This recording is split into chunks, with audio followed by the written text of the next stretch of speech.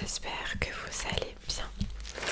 Donc aujourd'hui on se retrouve dans une FAQ. Donc je vous avais demandé de me poser des questions et vous avez été nombreux et nombreuses à me poser pas mal de questions, donc déjà merci beaucoup. Et du coup j'ai essayé de reprendre un maximum de questions et de reprendre des questions qui revenaient beaucoup. J'ai essayé de prendre un peu les questions de tout le monde. Donc voilà, si vraiment il y a des questions auxquelles je n'ai pas répondu et que vous voulez une réponse, n'hésitez pas à me les remettre en vidéo, enfin en commentaire pardon. Et voilà, donc en tout cas j'espère que si jamais j'ai pas pris les questions de certaines que vous n'allez pas mal le prendre, mais j'ai vraiment essayé de regrouper au maximum ce qui revenait le plus. Donc voilà. Donc déjà je vais commencer par une question toute bête mais qu'on me demande souvent, c'est donc quel âge j'ai. Donc j'ai 29 ans. J'ai eu mes 29 ans le 6 mai. Voilà. Ensuite, on me demande souvent ces derniers temps où en es-tu pour ta boutique. Est-ce que c'est dur d'ouvrir une boutique et est-ce que j'ai quelque chose à côté ou est-ce qu'il faut avoir quelque chose à côté? J'essaie de réunir les questions un peu pour faire une globalité, une réponse un peu globale. Donc pour ma boutique, alors là administrativement la boutique est fermée parce que je vais la réouvrir. En fait j'ai dû la fermer parce que je voulais je devais faire un changement d'adresse, de domiciliation, etc. Et en fait c'était quand j'ai voulu le faire, il fallait que je paye, mais je sais plus combien, et j'avais énormément de papiers à faire parce que ce n'étaient pas les mêmes organismes, je changeais de ville, etc. Enfin c'était hyper compliqué. Et comme ces derniers temps j'avais mis la boutique sur pause, en fait j'ai tout fermé parce que ça me faisait trop de frais, parce que forcément je payais tous les mois ma domiciliation, je payais le site internet, je payais plein de choses alors que la boutique était sur pause, donc en fait je dépensais de l'argent pour rien. Et donc j'ai fermé, mais là je vais la réouvrir dans les jours qui arrivent. Je vais refaire une ouverture au niveau de la micro-entreprise, etc. Et je suis en train de refaire tout le site internet. Donc pour le moment il n'y a rien parce que je refais absolument tout. Je repars un peu à zéro sur le site et sur le branding, etc. Mais les produits restent les mêmes, la marque reste la même parce que c'est une marque que j'ai déposée. Voilà, je reste dans la même gamme, dans les mêmes produits, sauf que je change le site et je change la communication, etc. Est-ce que c'est dur? Oui et non. Pour ouvrir une micro-entreprise, non. Pour ouvrir une boutique, ça va. Si vous avez des bases un petit peu, ça va pour faire le site. Après, il y a des... Par exemple, Shopify, c'est très facile, mais c'est cher. Moi, je sais que je ne vais plus passer par Shopify parce que je prends trop de frais, en fait. Donc, c'est pour ça que je dois refaire un site internet. Donc, c'est pas si difficile que ça. La chose la plus difficile, et c'est ça qui a été très très compliqué pour moi, c'est la visibilité. La visibilité, surtout quand on démarre, c'est pas évident du tout, en sachant qu'on a des gros concurrents. Donc c'est pas évident du tout au niveau de la visibilité, et c'est pour ça que j'avais mis pause, même que j'avais arrêté un moment, parce que le secret pour que ton site internet fonctionne et que ta marque fonctionne et que tu sois visible, c'est la régularité dans tes posts, la régularité dans tes moyens de communication pour attirer des clients. Et moi je sais que j'ai eu des périodes où je ne pouvais pas travailler comme je voulais, et en fait j'avais pas le temps de faire ce que je voulais. Donc je faisais des trucs par-ci par-là, mais c'était pas assez carré, c'était pas assez régulier. Donc c'est pour ça que j'ai mis pause entre guillemets au projet, et là je vais reprendre. Mais c'est difficile, oui et non, ça dépend sur quels aspects. Après, si vous faites ça, il faut impérativement avoir un autre revenu à côté, parce que quand vous démarrez, il ne faut pas attendre à ce que votre boutique soit dévalisée, en sachant que quand on ouvre un projet, une boutique, peu importe ce que vous vendez, s'agit de l'ouverture et vous n'allez pas rentabiliser forcément tout de suite. Donc voilà.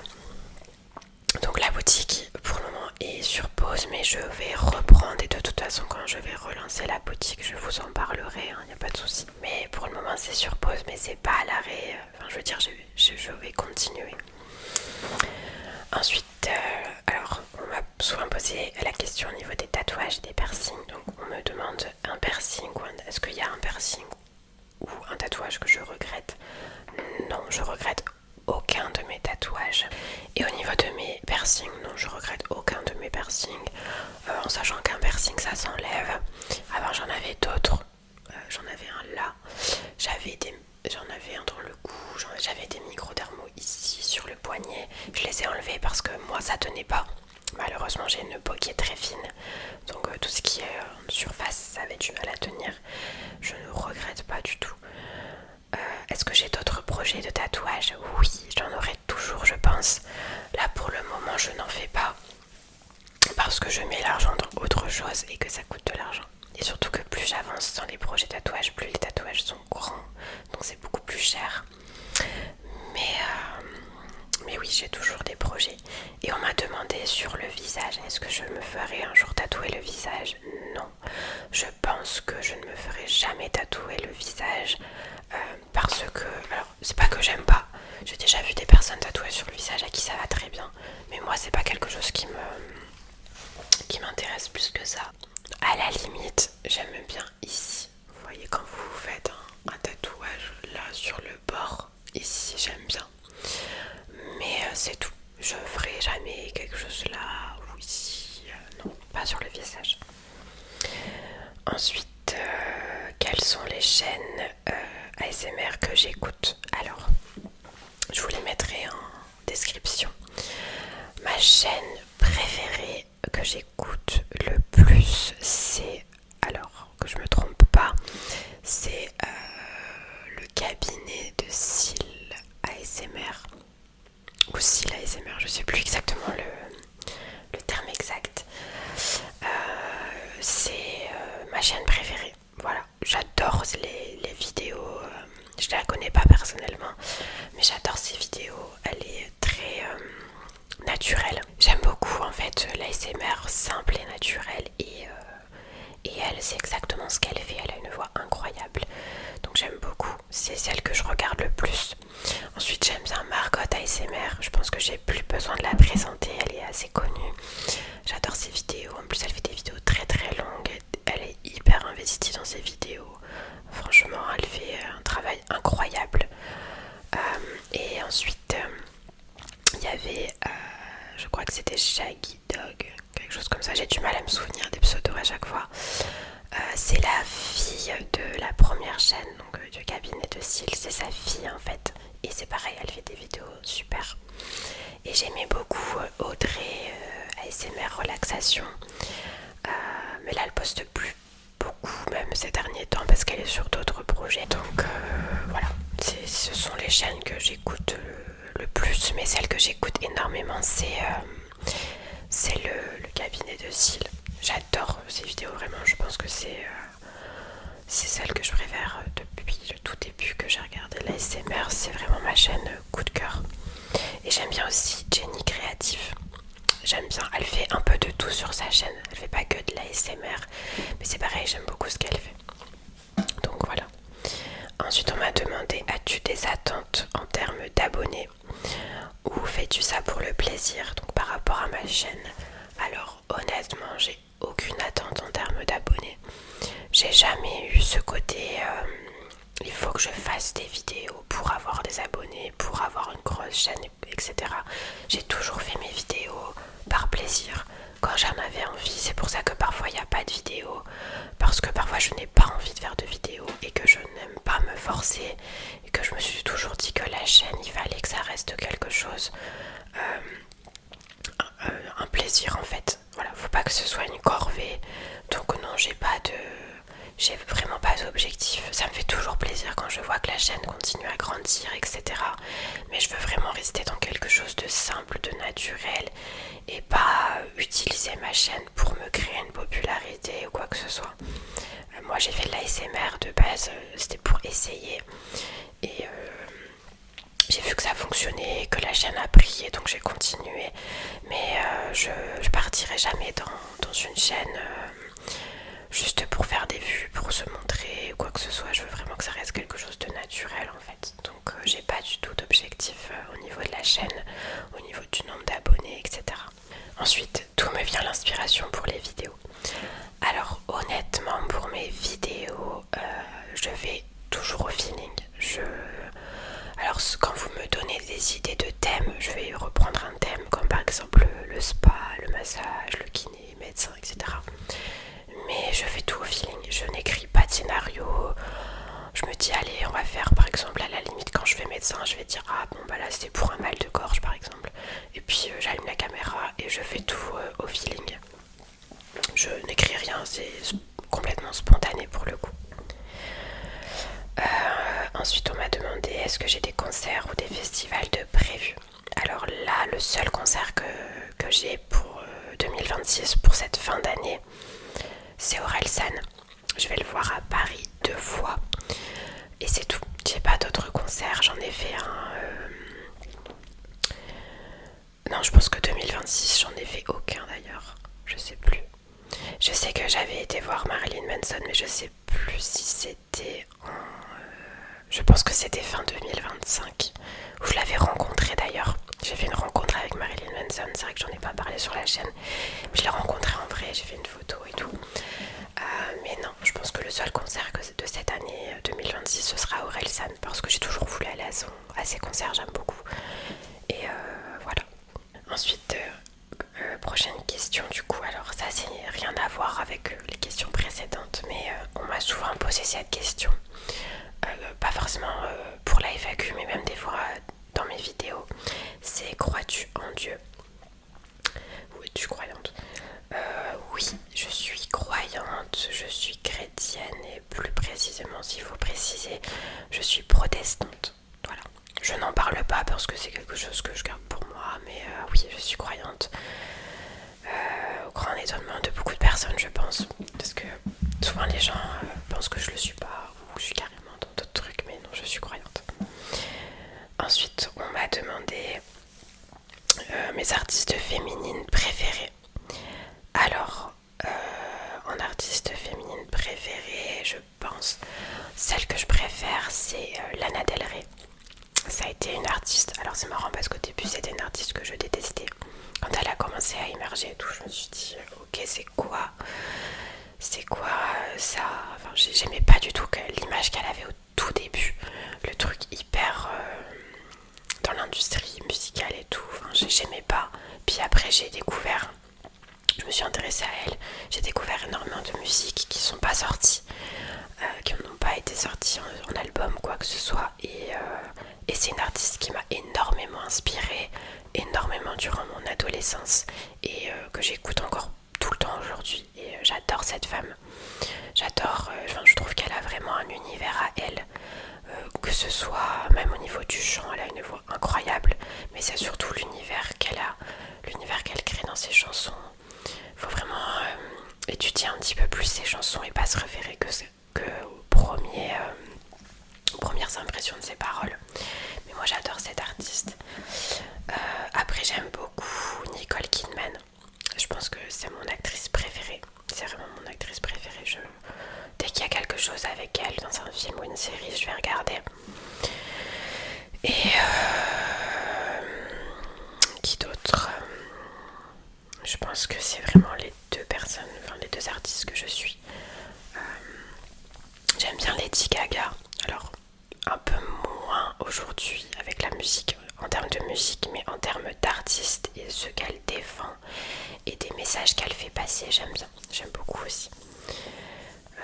Voilà, peut-être que j'en oublie, mais là c'est les seules qui me viennent, mais je pense que celle que je préfère parmi toutes, c'est vraiment Lana Del Rey. Ensuite on m'a demandé, alors là on va partir plus dans le thème maman, parce qu'on m'a posé énormément de questions au niveau par rapport à ma vie de maman, etc. Et on m'a demandé déjà souvent, alors cette question c'est es-tu heureuse? Alors oui, sais pas trop, c'est une question auquel je pense que j'ai jamais su répondre totalement. Ça dépend sur quels aspects, mais si je fais le point, je me dis que je suis pas la personne la plus à plaindre dans ce monde et qu'il y a des gens dans des situations beaucoup plus compliquées que moi. Donc c'est un oui et non, je sais pas trop. Quelle a été la chose la plus dure dans ta vie de maman? Alors je vais faire une globalité, je vais vous dire plusieurs questions, je vais répondre à toutes les questions en même temps. Donc quelle a été la chose la plus dure dans ta vie de maman? Comment je vis ma vie de maman? Est-ce que c'est ce à quoi je m'attendais? Et comment j'ai vécu ce basculement intérieur? Alors, la chose la plus dure dans ma vie de maman, il y en a beaucoup. Je pense que la chose la plus difficile, c'est déjà de se demander si ce qu'on fait, est-ce qu'on fait les choses correctement, est-ce qu'on fait les choses bien. Moi je sais que je me remets tout le temps en question par rapport à ma fille. Ma fille qui d'ailleurs a 5 ans, on m'a posé la question, ma fille elle a 5 ans. C'est vraiment ça, et c'est aussi le côté en tant que femme, en fait c'est très dur d'être maman et à côté d'avoir une vie professionnelle aussi épanouie que celle des hommes. En fait il y a des choix à faire et je trouve que c'est des choix qu'on ne devrait pas faire. Tout est fait pour que la femme retourne le plus vite possible au travail. Et quand on voit que les congés maternité c'est 3 mois, et ben je suis désolée mais 3 mois c'est pas suffisant. Aussi bien en termes pour l'enfant, parce que honnêtement un enfant de 3 mois n'a pas à être séparé toute la journée de sa maman. Et je ne critique pas les femmes qui font garder leurs enfants à 3 mois, voire des fois un peu plus tôt, parce que je sais que pour beaucoup elles n'ont pas le choix. Moi j'ai eu la chance de pouvoir garder ma fille auprès de moi et je l'ai mis à la crèche qu'à partir de 1 an et elle allait à la crèche 3 fois par semaine. Mais j'ai fait ce choix là parce que déjà j'ai eu le choix déjà, donc ça c'est pas le cas de tout le monde, et aussi parce que j'ai tout changé pour ma fille, c'est-à-dire que professionnellement parlant je suis partie dans quelque chose qui faisait que je pouvais être là pour elle. Et encore aujourd'hui, alors en sachant que le papa a un métier qui fait que parfois il a beaucoup d'absences, voire des absences très longues, donc moi je me dois d'être là et d'être présente et d'assurer tout le temps, à tout moment, n'importe quand. En fait je m'occupe de ma vie pour tout, c'est-à-dire que pour l'école je suis là, pour les sorties je suis là, mais ça c'est entre guillemets un sacrifice que j'ai fait par rapport à elle, parce que je l'ai fait passer avant, parce que ma fille, les années passent et je pourrais pas les rattraper. Un travail on peut en avoir n'importe quand, de l'argent on peut en avoir n'importe quand, que des moments avec ma fille, que tout ce que j'ai vécu avec elle depuis qu'elle est née, je peux pas les rattraper. Une fois que c'est passé, c'est passé. Donc je me suis sacrifiée, entre guillemets, c'est un grand mot, mais c'est la réalité, c'est que je me suis mise un peu de côté pour elle, pour pouvoir être avec elle. Et parce que la société aussi fait que malheureusement, très souvent c'est les femmes qui en arrivent là. Donc la chose la plus difficile, c'est déjà de se demander si on fait bien les choses. Et après c'est parce que là c'est moi et j'ai cette façon de penser là et de fonctionner comme ça. Mais c'est parce que moi j'ai voulu être là tout le temps pour ma vie. Voilà. Donc c'est vraiment ce côté devoir un peu trouver des solutions pour pouvoir être là et ne plus pouvoir faire les choses comme avant, sur des coups de tête, ou que en fait tout ce que je vais faire va avoir un impact indirectement sur ma vie. Donc je peux plus faire les choses comme avant, on va dire. Comment je vis ma maternité aujourd'hui? Je la vis bien, même si c'est pas tous les jours facile. Et du coup ça, la question est-ce que c'est ce à quoi je m'attendais? Pas du tout. Alors aujourd'hui on en parle plus et je pense que du coup je suis aussi plus sensible à ça, des difficultés de la maternité. Mais non, au début je sais que les premiers mois de maternité que j'ai eu avec ma fille, ils ont été très très compliqués, très durs. J'étais très fatiguée, j'avais pas de relais,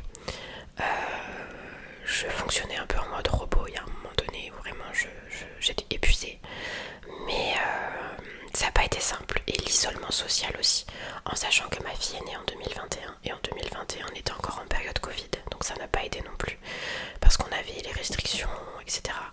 Donc ça a pas été facile non plus. Donc non, ça n'a pas, j'avais une image de la maternité complètement biaisée par rapport à la réalité.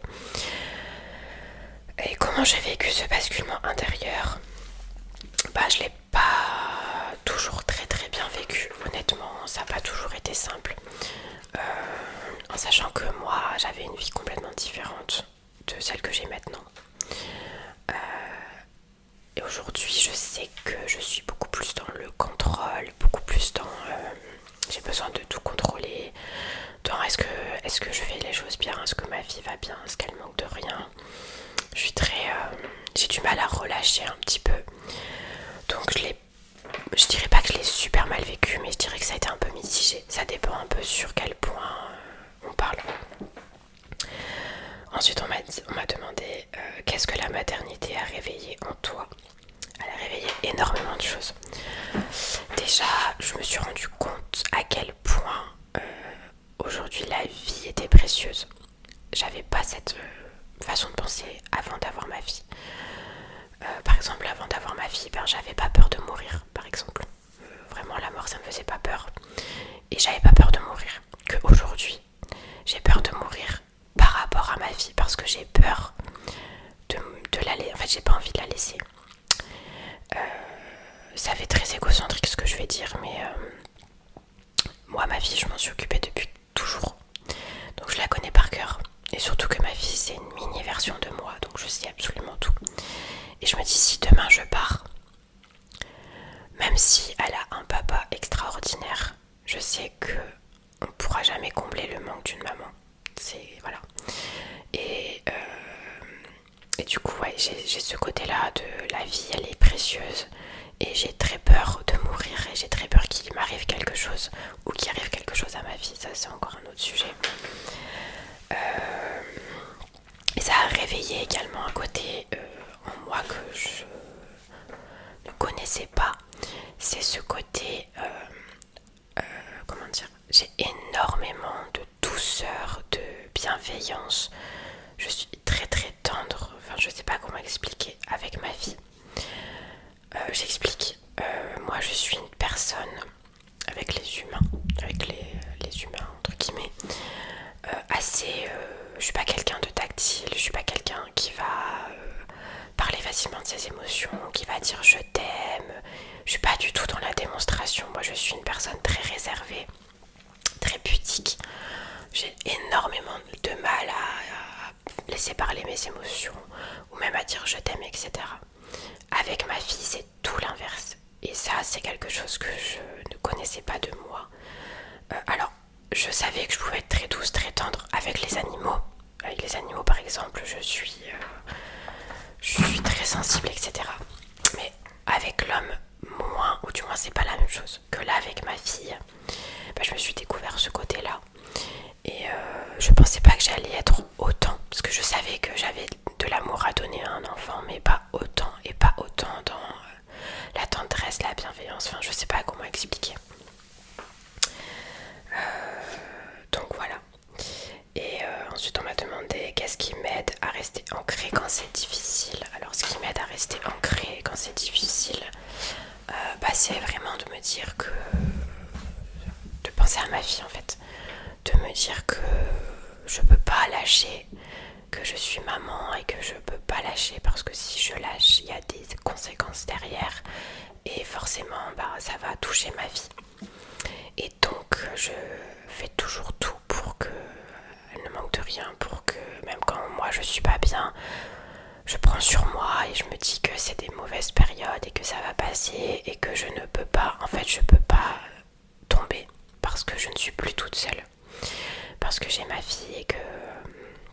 En fait c'est un peu un moteur, hein, ma fille, de toute façon c'est... Quand on a des enfants, en fait on se rend compte à quel point on est capable de tout pour eux et à quel point c'est autant une faiblesse qu'une force. Donc voilà. Après si vous voulez, on m'a posé énormément de questions sur ma maternité. Si vous voulez je peux faire une vidéo sur ça où je reprends un peu les termes et je vais un peu plus loin si ça vous intéresse ou pas.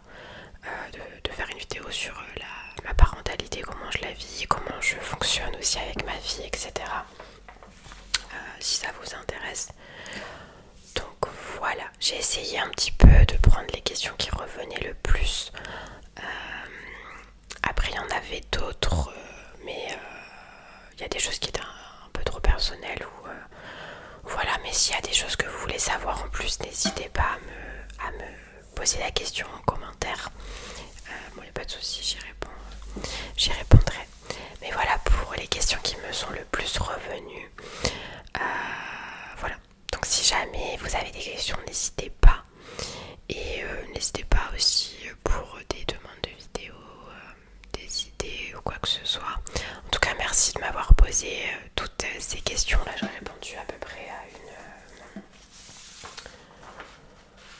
un peu plus d'une quinzaine de questions, on va dire. Donc voilà, en tout cas, j'espère que ça vous a plu et que ça vous aura intéressé. Et on se retrouve très vite. À bientôt.